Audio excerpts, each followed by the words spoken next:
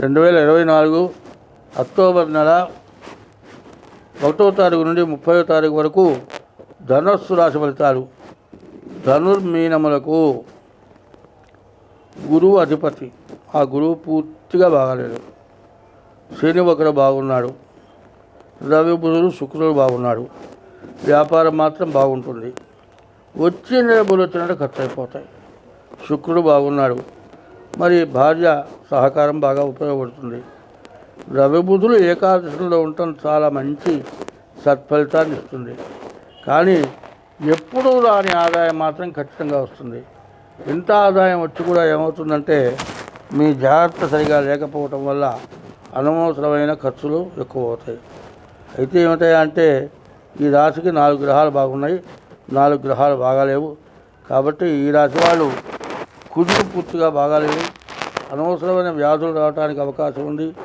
గురువు బాగాలేడు, రాహు బాగాలేడు, కేతువు బాగాలేడు. మరి ఎవరినైనా నమ్మి డబ్బులు ఇస్తే తిరిగి రాదు. మరి శత్రువులు కూడా మంచిగా కనపడి మిమ్మల్ని నాశనం చేయడానికి ప్రయత్నం చేస్తారు. ఎవరికి లోబడొద్దు. మీరు స్వతంత్రంగా బతకడం మంచిది. ఉన్నదే చేసుకోండి, కొత్త దానికి పోవద్దు. ఉన్న వ్యాపారంలో జాగ్రత్తగా అప్పులు ఇవ్వకుండా చూసుకోండి. మీరు అప్పిస్తే మాత్రం తిరిగి రాదు. తర్వాత శుక్రుడు బాగున్నాడు.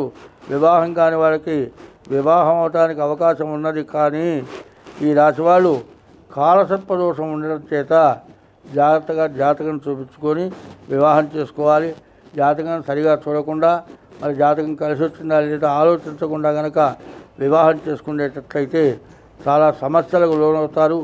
వివాహ బంధం వెంటనే తెగిపోయేటువంటి పరిస్థితి కూడా రావడానికి అవకాశం ఉంది. కాబట్టి ఈ రాశి వాళ్ళు అన్ని గ్రహాలకు కూడా శాంతి చేసుకోవడం మంచిది. తర్వాత నేను చెప్పినటువంటి అమృత మృత్యుంజయ రుద్ర పాశుపదం అని చెప్పాను. అటువంటి దాంట్లో పాల్గొనండి. చాలా తక్కువ అమౌంట్తో చేస్తున్నాం. మరి ఇది కనీసం 5 రోజులు జరుగుతుంది ఈ కార్యక్రమం. ఈ 5 రోజులు జరిగే కార్యక్రమంలో సరిగా చెప్పాలి అంటే మరి 4 లక్షల పైన అవుతుంది. మీ గోత్రనామాలతో మీరు చేసుకోవాలంటే 20,000తో చేస్తూ ఉన్నాం. కాబట్టి ఈ రాశి వాళ్ళు ఎవరైనా సరే చేసుకోవాలంటే మీరు చేసుకుంటానికి చాలా మంచిది. ఇది మంచి కార్యక్రమం. దీన్ని మించింది ఇంకోటి ఏది లేదు. కాబట్టి మీరు జాగ్రత్త పడండి. మీకు అన్ని విధాలా బాగుంటుంది. మేషరాశి నుండి మీనరాశి వరకు కూడా ఏమి చేస్తే బాగుంటుంది. ఎట్లా అంటే జరుగుతుంది ఎట్లా ఉందంటే జననం అనగానే శిరస్సు గడపడగానే జననం. శిరస్సు గడపడిన తర్వాత శిశువు భూమి మీద పడ్డ తర్వాత ఏడ్చిన తర్వాత అప్పుడు కానీ టైం వేయట్లా. మరి ఆ శిశువు బయటకు వచ్చి ఏడ్చేదాకా 10 నిమిషాలు 15 నిమిషాలు అర్ధగంట కూడా పడుతుంది. నక్షత్రం మారిపోవచ్చు, నక్షత్ర పాదం మారిపోవచ్చు, నాకు రాశి మారిపోవచ్చు, జన్మ లగ్నం మారిపోవచ్చు. మరి మీరు చెప్పిన టైంను బట్టి మేము జాతక చక్రం చేస్తాం. మరి జాతక చక్రం వేసి చెబితే మీరు చెప్పింది జరగట్లేదు అంటారు. మీరు కారణం ఏంది? పుట్టినటువంటి సమయాన్ని కరెక్ట్గా వేయకపోవటమే కారణం అవుతుంది. కాబట్టి జాతకాన్ని నమ్మలేనటువంటి పరిస్థితుల్లో బాధపడుతున్నారు. కాబట్టి అన్నిటికీ కూడా జాగ్రత్త పడే మార్గాలు ఉన్నాయి. ఒక మహజ్జాతకం చెప్పేటువంటి తండ్రి కూతురు ప్రసవించినప్పుడు టైం రాయమన్నాడు. టైం రాయాలి అంటే ఓ నిమ్మకాయ చేతికిచ్చి మంత్రసానికి బయటపడేయమన్నాడు. ఆ నిమ్మకాయ పడ్డ టైంకి జాతకం రాసుకోవాలనుకున్నాడు. కానీ ఆ నిమ్మకాయ వేస్తే గడపకి దగ్గర వెనక్కి తిరిగి వచ్చింది. మళ్ళీ ఆ నిమ్మకాయ బయటపడే టైం పట్టింది. దానివల్ల టైము మారిపోయింది. అయితే ఈ జాతకంలో అమ్మాయి మహారాణి అవుతుందని వచ్చింది. కానీ కొంతమంది సాముద్రికం చూసిన వాడు ఏం చెప్పాడంటే వ్యభిచారి అవుతుందన్నాడు.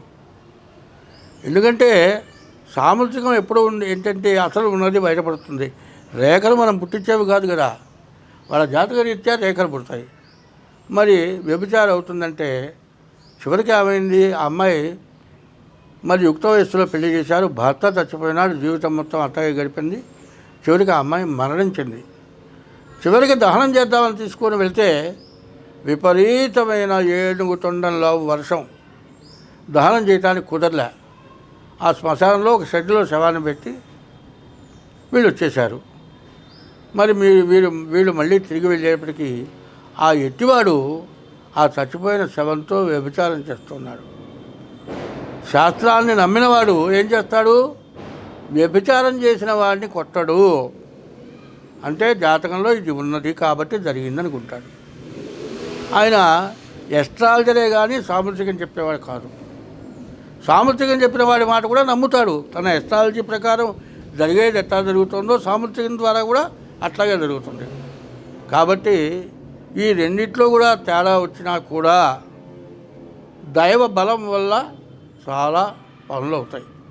మేషరాశి నుండి మీనరాశి వరకు మేము చెప్పిన నే కాదు, నాలాంటి వాళ్ళు చాలామంది చెబుతున్నారు.